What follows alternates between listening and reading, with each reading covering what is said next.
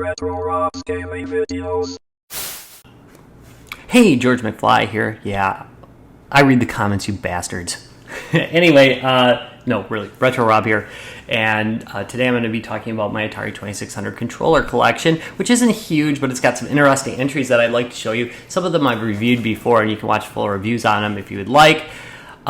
This started out originally as a review for the Atari 2600 Space Age controller. It was going to be an unboxing. Unfortunately, I shot the whole thing except the end where I tried it out, and it didn't work. It was actually used. They sold me a used controller as new, basically, and the contacts had been worn through. So it had been used pretty regularly. They just had been real nice with it. I'm sure the seller didn't know, but unfortunately this is going to have to go back. Originally I was going to do the video and just kind of do it as like, oh, you know, this sucks because it's broken type of video, but I thought, that's going to be kind of a ripoff if I did that.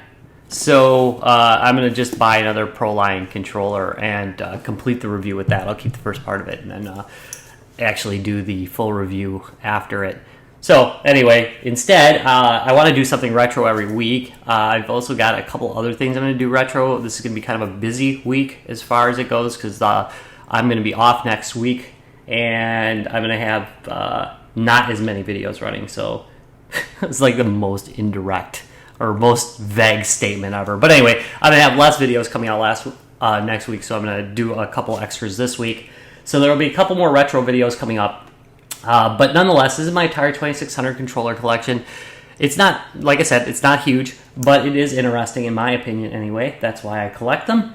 And I'm not cheating. No Sega Genesis controllers, no controllers for something else. There's a couple that, you know, were more popular on the Commodore 64, but they were used for the system. Missing from my collection is my Boss joystick. I have no idea where the heck that joystick went. However, I have a variant of it, so I'll show you that and talk about the color. Very exciting and kind of a spoiler, isn't it? Kind of a spoiler. By the way, my hair is terrible today. Really need to wash it. I thought I'd share that bit of personal information with you. Hey, also this wart on my foot. You want to see? No, just kidding. No wart, really. I promise. Like it matters. I don't know. All right. Anyway. This video is getting weird. Like you expect anything else from me. Alright, here's one of my favorite joystick. It is the Epix 500XJ. It was made by another company. I'm trying to remember the name of it, but anyway, it was a European company. It was then bought by Epix and released by them as the Epix 500XJ. They are, of course, famous on the Commodore 64 for doing Impossible Mission. Not Mission Impossible, Impossible Mission, one of the best games ever. They also did Facts, which was one of the earliest trivia games of all time. It was quite good as well.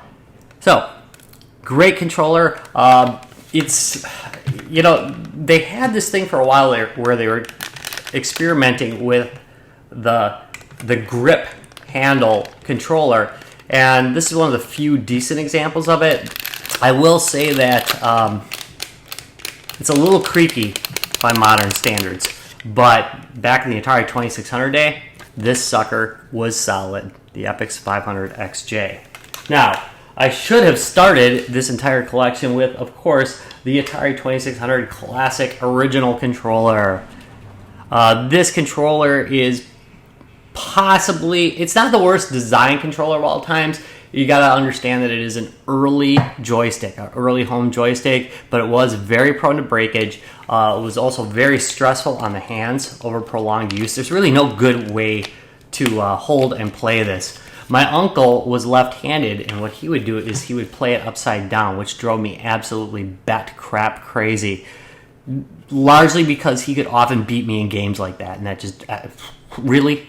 But anyway, Uncle Jeff was a hell of a gamer, so the Atari 2600 Classic. This is a really nice one, by the way. Next, we're going to go with the Point Master. The Point Master was something...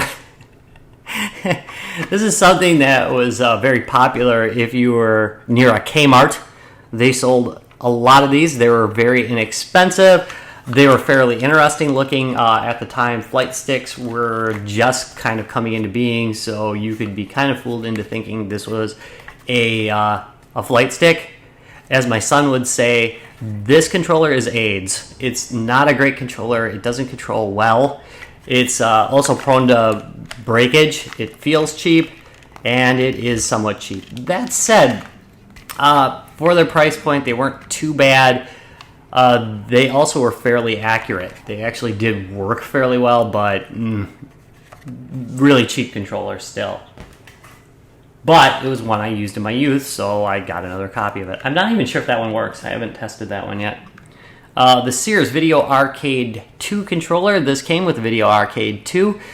If you don't know, that is a variant of the Atari 2600. I've got a video where I talk about it somewhere. I'll try and link it up in this video somewhere, but I do talk about this particular machine. The great thing about this, and this is an Atari 2600 controller, the great thing about it is that this is also a paddle. So you can turn it this way and that way, and it works as a paddle, which is great. However, because there's only one paddle here and the standard paddles were split, it meant that this version of the Atari 2600 actually had 4 ports on it, making it, I believe, the first 4-port video game machine of all time. Wow, huh? The education you get from watching my videos. All right. Next we have, I'm going to go with my favorite one last, just because it's my favorite. Let's go on, though, with another classic one. This is possibly one of the best controllers known to man. I think I said that about one of the other ones, too, didn't I? I don't care. It's a great controller. This is the Wico bat handle joystick. There were 3 models of this. There was a bat handle, there was a ball handle, and there was a grip stick. All of them sound sexual in nature, and I apologize for that. That said, they were really cool controllers. They were built with arcade-like leaf switches, very solid construction. These do not feel cheap. They do not creak. They are made to take a beating, and that's why so many of them are around today. There's also a switch down here that defines whether you're using the top or the side button. So you can't use 2 buttons, but you can use 1 button at a time. Why they felt they need a switch instead of just having both buttons fire is beyond me, but it might be that some people didn't like the button up here and they'd like to disable it. I can understand that. Okay, so grip handle version of the exact same controller, same innards, same quality, great controller. Switch, of course, right here at the base. This is obviously the template as well for the popular Wico Boss that I was talking about earlier, except the Wico Boss is gray and black.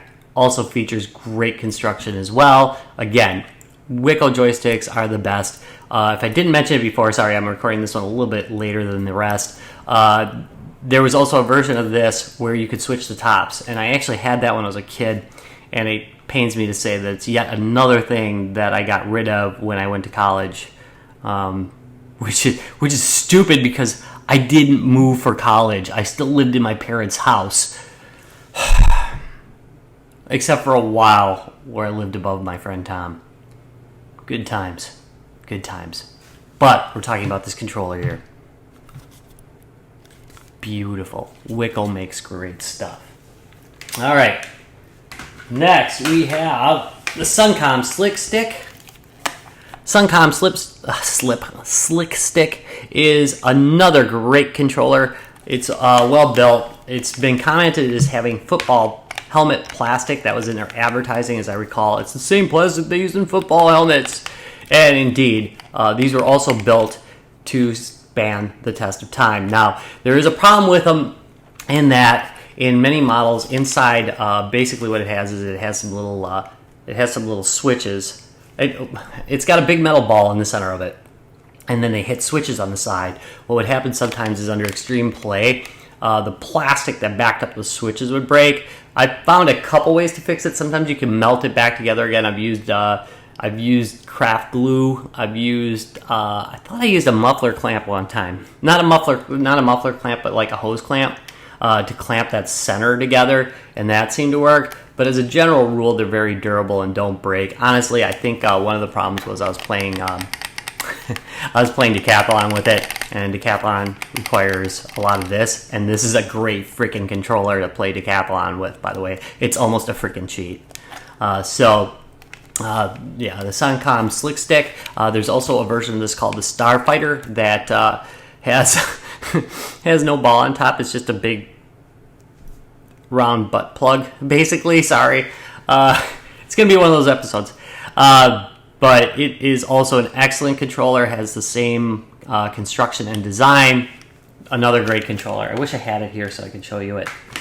But I will probably add it to my controller collection eventually. Alright, so 2 controllers left, and the second to last one I'm going to show you is the Competition Pro by Kensington. Kensington. I always want to say Kensington. This is by Kempston Microelectronics.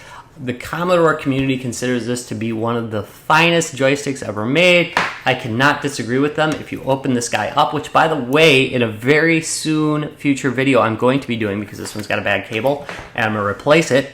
I might do it as a live stream, in fact. But anyway, if you look inside, this has actually got arcade quality switches in it.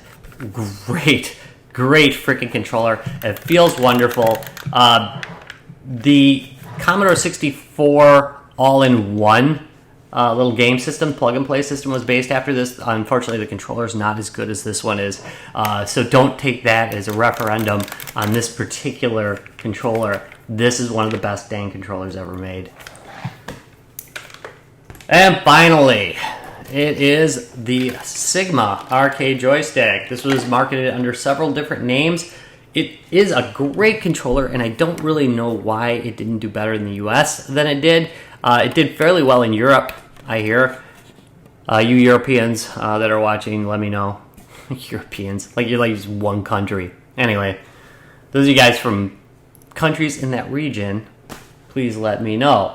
This is a very interesting controller. It does have rapid fire, adjustable. You can dial in the rapid fire. Also, it has joystick and paddle. Now, what's cool about this one is it has both paddles. It has the player 1 paddle and the player 2 paddle attached. And then, of course, yeah, a button for each of them. Really freaking cool controller. It's very well constructed. The shaft of this is metal. The ball is a little bit less great. However, it does have these little gripping edges. Oh, it's going to be one of those. I told you. Has these little gripping edges on it, which make it a little bit more grippable. I think this is a great controller. It's made out of actual metal. It has suction cups on the bottom to stick it to your TV tray, if you are so inclined. All in all, great controller. Love using this one. I haven't used it on my Commodore 64 yet, I don't think. But I have used it on my Atari. It is a great controller for playing Spider Fighter or any other shooter, or Pac-Man, if you ever want to play that version of Pac-Man. But Miss Pac-Man, that's okay, but still there's better versions of that. Alright, let's not get into this. Anyway, that is pretty much it. That is the end of my controller collection. I'm going to work on getting another one of these Space Age controllers so I can add this to my collection and finish the review on it. Interesting thing. Also, I have several other Atari controllers that are in repair currently. Hang on. If you enjoyed this video, please do me a favor. Give me a thumbs up, subscribe for more, and stay tuned. Again, in the very near future, I'm going to be repairing... I'm going to be repairing this guy on the air. Should be pretty easy. Should just be some crimping. All right. See ya.